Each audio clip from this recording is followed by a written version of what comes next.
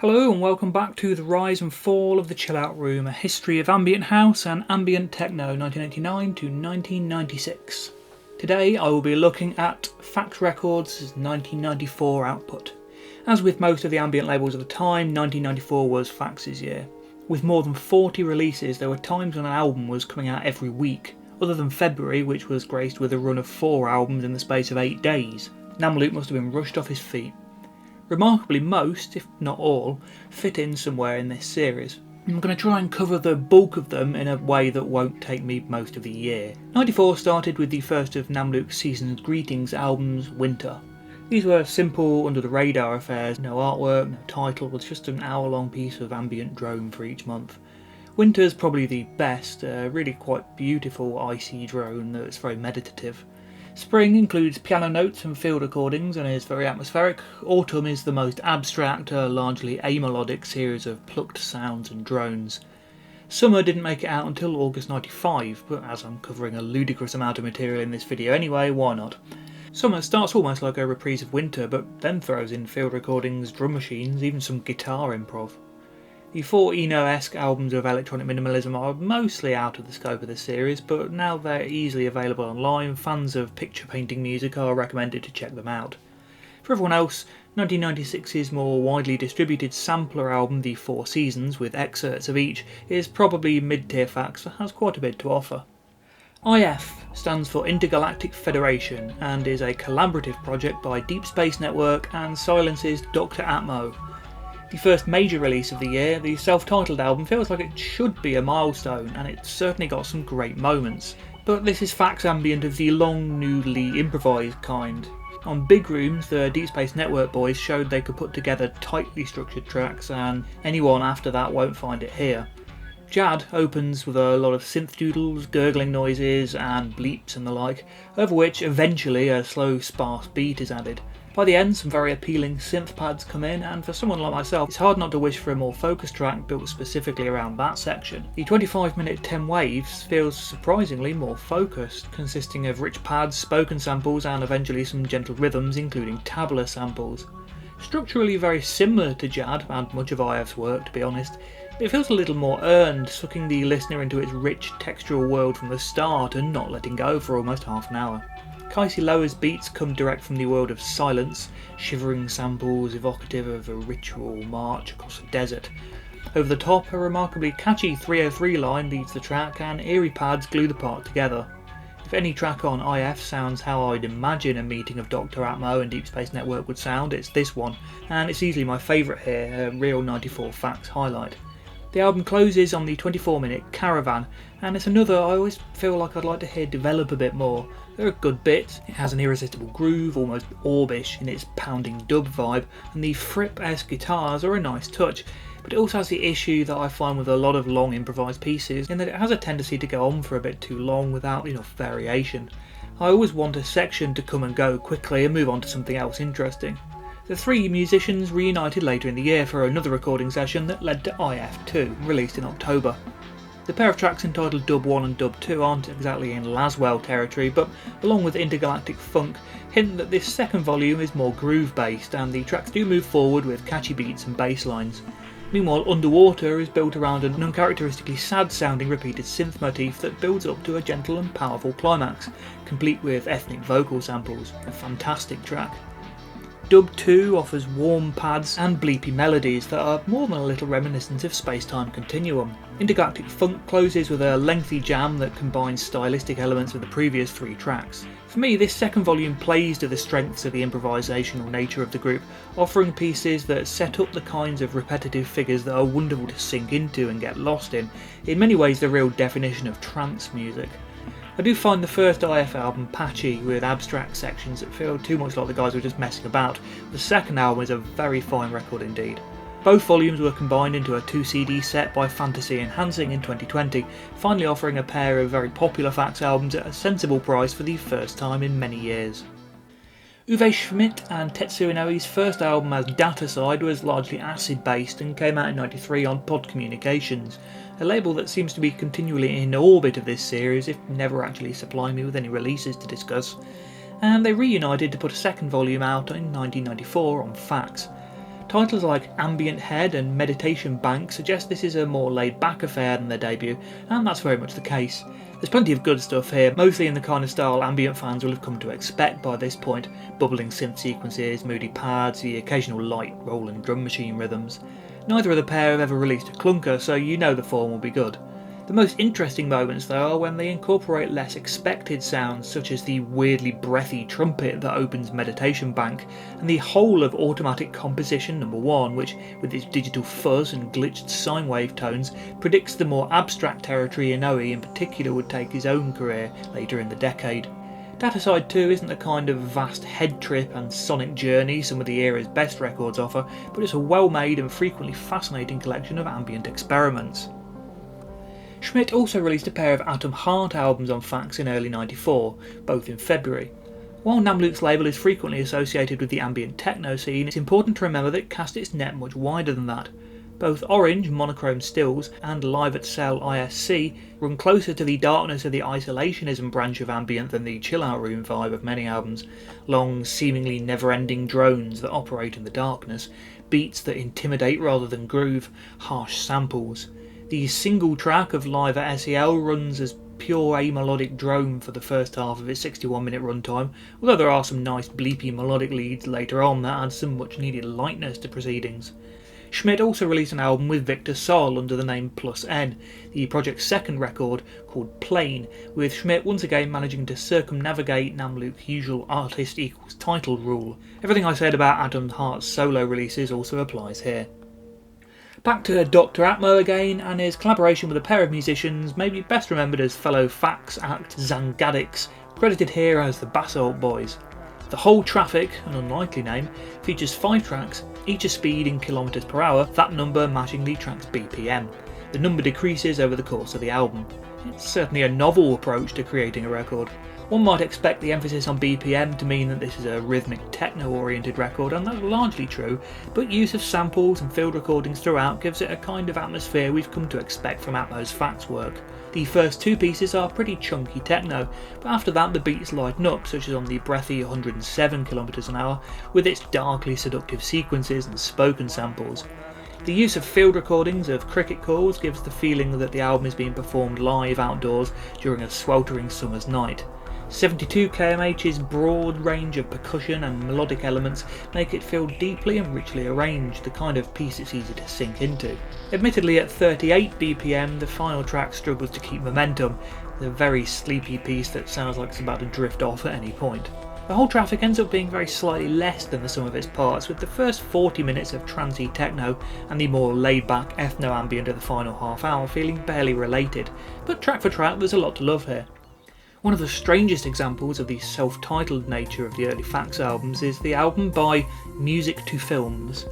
I mean, who calls themselves Music to Films? The technical answer to that is Dr. Atmo again, this time working with Oliver Lieb in a rare FAX appearance for the trance artist. The album is a proposed alternate soundtrack to Koyanis Katsi Life Out of Balance. It's not that easy to hear much Atmo here, much of the album sounding stylistically and texturally similar to Lieb's Recycle or Die album Constellation. All Berlin School sequences, clanging FM sounds and old drum machines. It feels like something that would have been released on Innovative Communications in about 1986. Not one of my FAX favourites, and I'll happily take Philip Glass's original film score over this any day. A collaboration between Charles Gate and Victor Sol, real name Lars Müller. Gate's soul brings together the worlds of New Age and Ambient Techno, and it very much sounds like it. The combination of soft drones, acoustic guitar synth presets, tabla samples and field recordings could so easily sink under the weight of its own insipidness, but the strength of the musical ideas themselves thankfully keeps the album afloat. It's not going to win any awards for breaking ground or for even sounding contemporary in '94, but the pensive melodies and impressive wandering improvisation really do shine. If you're comfortable with admitting that prettiness is something you enjoy in music, then this Harold Budd-esque record is one for you. Most people think of Ambient Otaku as a Tetsuo Inoue album, but technically its original release followed the early FAX formula of artist and title being the same, which is weird as Ambient Otaku is clearly not an artist name. Silly Namlook. Anyway, this is Inoi's debut solo album and his second solo release behind 1991's heavy acid of the Transmedia EP Frequency Sex. This is also one of those albums that always gets those greatest ambient albums plaudits thrown at it. It's not always entirely easy to see why, but only due to the increasing oversaturation with this kind of music over time. Stylistically, it's not even all that different to many releases I've listened to so far in this series. What counts though is the execution, and it's hard to argue with Inoi's skills as a composer and producer here. If you want an album of floating, twinkly ambient, the kind that uses arpeggios and drifting pads as its starting point, then Ambient Otaku is as good a starting point as you're ever likely to find. Karmic Light opens the album with one of the finest examples of the style ever recorded, the kind of thing that updates the 70s space music to a sound that remains contemporary sounding even today. Inoi's use of texture is one of the things that really sets the album apart from its peers. Unafraid to use heavily digital sounds and even subtly noisy elements, the artist here plants the seeds of the more overtly experimental music he and others will be charging forward with by the end of the decade. As a result, it feels less heavily rooted in its era than many similar albums. And it's not all pleasantly dreamy when the title track heads into quietly menacing territory, while Holy Dance offers some gently clanging rhythms. And then Magnetic Field brings back the euphoria to close with some of the most life-affirmingly beautiful and uplifting ambient ever made. Inoi's twist on 90s synth ambience is maybe at its peak with this debut, and it's rightfully considered a classic. Inoi's second release of the year was a one-off project with Mexican artist Carlos Ivanko called Zenith. It's not dissimilar to Ambient Otaku in its use of floaty synth sequences, but here the gentle down-tempo beats add a pulse, while lead synth improv throws in more of a Berlin School vibe. An enjoyable ride and an unfairly forgotten FAX album. It stirred up a certain amount of controversy in 2016 when the infamous Psycho Navigation Records reissued the album, despite Inoi being missing for at least 5 years at that point and thus unable to give his permission for re-release. Coupled with some very shoddy artwork, that version is best avoided. Inoi's final 1994 release was Electro Harmonix, a one-off collaboration with Spacetime Continuum's Jonas Sharp. By this point, the ambient techno scene, particularly in the form of these smaller independent artists, had become such a lively ground in the areas of collaboration and cross-fertilisation, and FAX was a particularly thriving home of those kind of releases. The album's main draw is the 50-minute opening track, a vast, dense, improvised piece, sharing some of its DNA with the Spacetime Continuum track, a low-frequency inversion field. Morphing Cloud paints pictures of a vast, never-ending sky, truly defining the concept of epic within music. A really incredible track. Afterwards, the brief interlude of the creepy replay feels bizarre and ill-fitting, frankly. Thankfully, the album closer Floating Sync brings back the thick, gaseous ambience of the opener, this time dripping with reverberant hi-hats and snares. Electro Harmonix honestly deserves a more fitting title, something that gives an idea of the vast skyscapes presented within its incredible 64 minutes of ambient sound. Electro Harmonix also had the sad honour of being the last album ever reissued through the Ambient World label. 1994 also saw the release of Recurring Dreams of the Urban Myth, a 70-minute excerpt of a radio commission and a heavy-going electroacoustic drone work very detached from much of the label's usual style. It was reissued on the 21st Century Digital Revival of Silent Records. Another stylistic oddity was the debut solo album of Daniel Pemberton, Bedroom. Namlook, beginning to ease up on his desire for every album to also be used for the artist name, 100 copies of Bedroom were issued with a paper insert announcing Daniel Pemberton's name and acting as a kind of alternate cover. The remaining 900 copies, however, are simply listed as Bedroom on the back cover and spine. Pemberton was a FAX fan but didn't like Namlook's rigid house style, hence the additional cover. I think by general FAX standards though, they should technically use Bedroom as the artist name. Anyway, the album itself is a pretty murky collection of dark, lo-fi, frequently noisy electronic compositions by the then 16-year-old Pemberton. He's now best known for scoring the Spider-Verse movies and Netflix's Dark Crystal series. He has also worked frequently on 21st Century Future Sound of London albums. Returning to Dr. Atmo once more, his second collaboration with Ramin, Sad World 2, is another highlight of the year for the FAX sub-label. Consisting of 2 epic tracks, the first running to more than 40 minutes, the melancholic ethno-ambient sound of the pair's debut is present once again, but this is a much more focused record. Taking a single idea and running with it for each track, the pair create 2 wonderfully visceral sound worlds, a windy coastal scene of drifting synthwork and tribal drums on the effortlessly beautiful Samara, something more dense and trancey on the tambura-laden South Asian vibes of Cordoba. The production is chunky and thick, the meandering melody is hypnotic and the sound design spot on. When the enormous chant comes in 2/3 of the way through Cordoba, it's a breathtaking moment. I've defended Enigma in the past, but really anyone after the likes of them and Deep Forest should really be listening to stuff of this magnitude. Amazingly, the album still goes for affordable prices. It was also reissued on Instinct's FAX USA sub-label, packaged with the first Sad World album. Next up, Dr. Atmo. One of the label's most prolific producers in 1994, on UVOII's album Sound of Heaven, Atmo worked with a pair of trance producers with no other FAX credits to their name to create a remarkable evocative soundscape of ethno-infused, modern classical laden, ambient tech. Oh wait, no, it's absolutely covered in Tuxedo Moon's Blaine R. Reininger's reciting awful, awful poetry over the top of it like a Poundland Captain Beefheart. The instrumental stuff is pretty nice, but the vocals make the album borderline unlistenable, I'm afraid. On to Namlook himself. Pete continued to collaborate with anyone he liked, although there were fewer outright classics like Silence and Dreamfish to come out of the 94 two-handers. The first of the year was A New Consciousness, which saw the arrival of Charles Uzel Edwards onto the label. A Welsh sound artist with a love of field recordings, Uzel Edwards brings some abstraction to Namlook's ambient techno. Opener A New Consciousness is gorgeous, blippy synths, atmospheric pads, complex but mellow beats and a range of samples and field recordings creating an atmospheric intro. Afterwards, things head off the deep end into experimental sound art with the reversed snipping and clanging of metal and tabletop, the minimal industrial funk of Golden Gate, some synths near the end and a touch of ambience, and a quarter of an hour of processed vocals in Tea with Ivor Cutler. Namlook's records tend to fall into one of two categories: hour-long single-track improvisations or collections of wildly diverse pieces. The latter of these can be brilliant, such as the first two Air albums, but they can also be frustrating.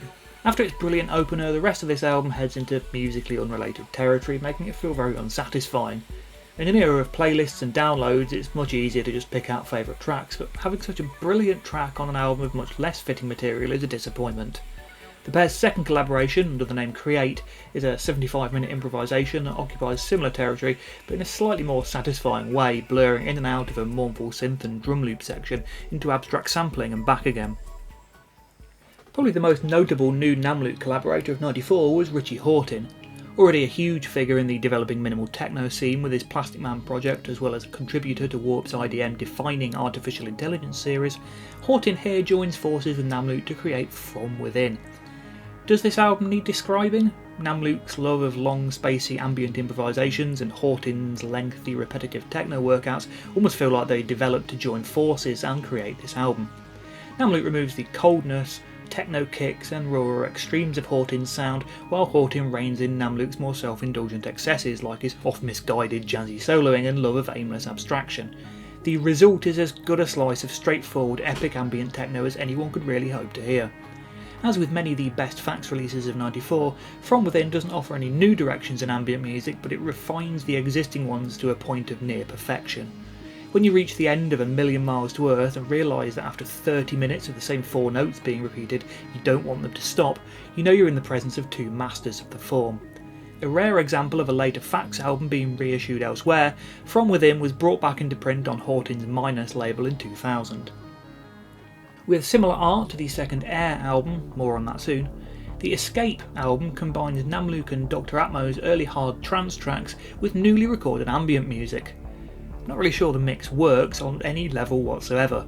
I'm going to be kind and simply say the trance on the first disc is not my kind of music at all, and even the ambient tracks at the end feel cruder than I'd like, with plenty of harsh trebly sounds. Plus, putting in an ambient track and then playing it in reverse is a fairly cheap way of filling a disc, but repeating the process straight after is borderline unacceptable.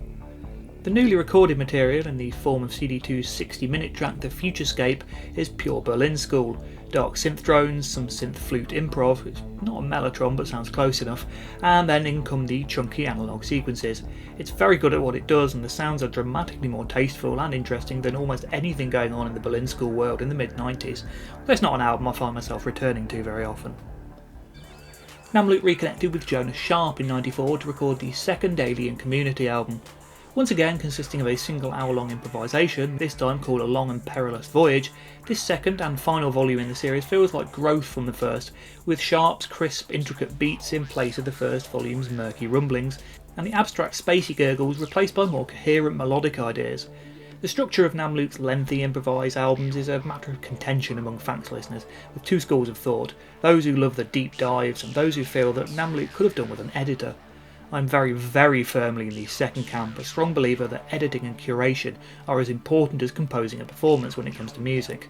When I complete an album of my own, the most satisfying part is almost always chopping down a few hours of solid material into a single hour of all the highlights, making a record of consistently strong work from start to finish, rather than a warts and all collection with unnecessary moments. Namlook's origins in jazz taught him a love of documenting a performance and letting it be, leading to albums like this, a work I generally think of as a truly excellent 8-minute track needlessly stretched out to an hour. I'm sure people will tell me I'm missing the point or whatever, but honestly, if the 4 Sharp and Namlook albums had been edited down to make a single 50-minute album, it would be one of my all-time favourite records. Instead, the result is 4 albums that I find all unsatisfying because they require sitting through the 10-minute stretches of a muffled kick and snare loop with a bunch of whooshing synth noises over it to get to the good parts. As I say, when things get going here, we get all the beats, the vast melodies and arpeggios. This really is a cracking track, Seabiscuit worthy material. The album is released, paired with the first, as a 2-CD set on FAX USA. The pair's second release of the year feels like a development of this direction, removing the spacier theme and sounds, heading into crisp electro territory on Wechselspannung, a title which translates to AC voltage, fitting for the musical style. Cutting back on the reverberated squelches, the album's 47-minute track is all solid sine tones, synth sirens and laceratingly sharp rhythms. It takes 20 minutes to really get to the melody, but once again when we do, this is a brilliant composition with rich arpeggios and gated pads. Additional synth lines are added when this section comes back in again near the end. The last 12 minutes here would make a magnificent standalone track. The most enduring collaboration of the year and one of the most long-lived series on FAX, The Dark Side of the Moog saw Namlook working with Berlin School legend and early Tangerine Dream member Klaus Schulze. Schulze had been ploughing the same schlocky new age territory of saccharine melodies and bland synth presets as many of his fellow former Berlin School musicians for some years at this point, and Namlook, never one to mince his words, made the very blunt suggestion that he should go back to the analogue gear he used when his music was, well, good. This was the approach Namlook pushed for their Dark Side collaboration, and the two are clearly enjoying launching fully into Berlin School mode for the most part. It has the usual Namlook structure of long abstract intro before things get going. Schulze usually preferred to kick in with his sequencer pretty early on in the track back in the day, and the drum machines add the novelty of authentic ambient techno vibes to the sound, but this is generally just fairly traditional electronic space music. As far as Dark Side of the Moog goes, the two are still discovering how their pairing will work, and many of the later albums feature more memorable moments, but it's a pretty good album. The piece's title, Wish You Were There, is a naff pun on the Pink Floyd title of course.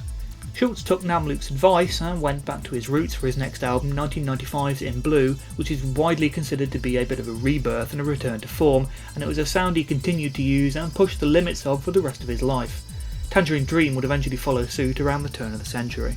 A few years after Namlook's death, the German label MIG, responsible for a huge number of Schulze reissues, brought the whole Dark Side of the Moog series back in print in the form of 3 box sets, with this volume in the first.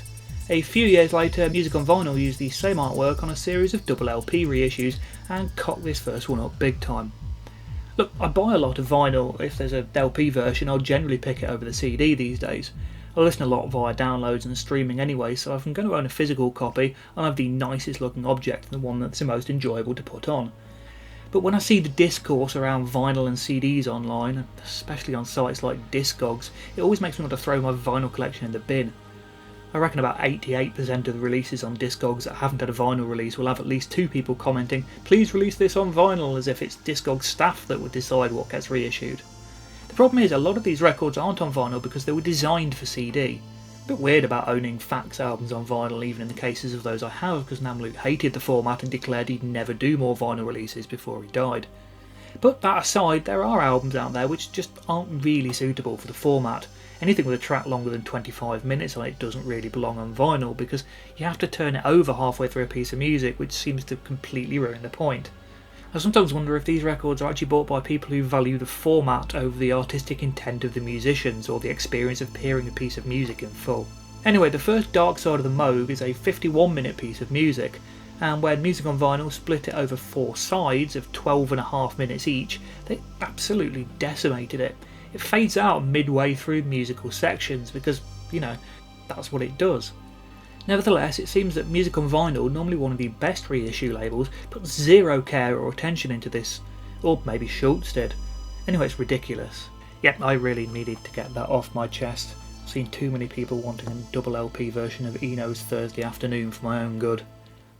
Following the huge popularity of the first 2350 Broadway album the previous year, Namlook and Inoue reconvened for the inevitable sequel. This time consisting of 2 CD spanning pieces, once again performed live with no later overdubs. With its gentle arpeggios, aquatic squiggles and choral pads, CD1's The Invisible Landscape feels like a subdued version of material from the first Dreamfish album. On CD2 is Art of Dream, which with its gentle fuzz and more digital sounding pads feels like Inoue takes the lead. It's music for which there are no words, deep beatless ambience, you know just what you're getting here. On his own, Pete continued to churn out his Namlook series of bizarre, largely unmelodic experiments, mostly featuring live performances. From Namlook 4 onwards, begin to get some drum loops, synth pads, even the odd melodic improv. They still feel like documents rather than proper albums, hour-long live improvisations around a couple of ideas that were probably far more enjoyable in person than on record. Meanwhile, his music for ballet album veers wildly between isolationist drone and harsh IDM beats. Of course, this is all ignoring Air 2.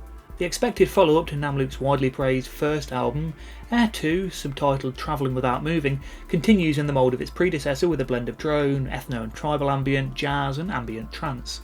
Though less conventionally titled than the first album, the tracks here are simply Trip 1 to 11, their pieces are less musically linked without the recurring themes of you, like that ringing guitar sound that ran through much of the album. It occupies the same sonic world, however. Trip 2's shuffling rhythms, strings and saxes combined with tabla and quiet drones to create a wonderfully original kind of fourth world music John Hassell would be proud of.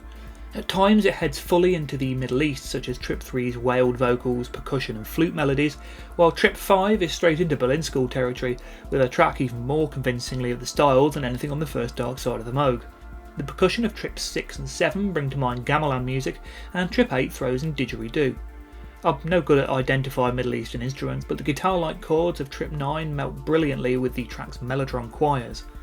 Trip 10, meanwhile, is a palate cleanser of quietly rattling percussion, before the ambient trance of the final trip brings things to a close on a superb note, the airy atmospheric pads and bleeping melodies forming what is probably my favourite Namlook track. Always reminds me of LC1 by Orbital for some reason. As with the first volume, their mix of styles should be jarring or utterly tastelessly crude, but Namlook manages to blend the whole lot with aplomb, creating the kind of incredibly visceral soundscape the best ambient music is capable of. Although FAX had ceased its main compilation series after 93, 94 did see the release of a couple of various artist sets. Replugged collects 4 performances from the Chill live sessions at the XS Club in Frankfurt, a night seemingly organised by Dr. Atmo. This brings together a couple of new names to the label, Mario Hanna and the awfully named Chill Out Posse with 2 E's for additional cringe, both seemingly obscure. Mario Hanna's set is pleasant, slightly new agey with its flutes, but featuring good use of samples and field recordings. Chill Out Posse combines awful new age synth presets with hip-hoppish beats and is the album's weak point. Then we get Deep Space Network with live guests performing some Earth to Infinity material, which is a nice treat. The album closes with Namlook performing a coda to his first Air album, although it actually sounds closer to Air 2's Trip 11 more than anything from the first record, perhaps an in-development version of that track. Replugged is an interesting curio in the FAX catalogue, not quite like any other release on the label, and it's worth a listen even if the contents are inconsistent. Meanwhile, in the US, Instinct's FAX USA licensed series actually opened with a 2 CD compilation simply called FAX Compilation. This is actually a pretty good way of getting hold of some FAX material, especially if you're not into the extended workouts and bafflingly varied albums. Here we get highlights like Sad World's Terracery, Ambient Otaku's Holy Dance, IF's Kaisi Loza, Zenith's Electro Dreams, Air's Trip 9, the Putney's Angel Circle, Shades of Orion's Biotrip, all among the label's best pieces, and they work surprisingly well as a set in their own. The material on these 2 discs must have been compiled by Namlook himself, because it would go on to form the first 2 discs of 1995's Ambient Cookbook box set. And for anyone in the US still eager for more FAX, Jonas Sharp's Reflective Records released its first CD with a specially selected compilation of a further 6 tracks from the label's catalogue. And if that isn't enough FAX for you, you can get stuffed. There were more releases on the label in '94, but they fall far enough outside the scope of this series that I can comfortably ignore them. What a year though. The label would never see the likes again, unsurprisingly, but I can't imagine anyone would have expected such success at this early point anyway. And after that, I've had enough.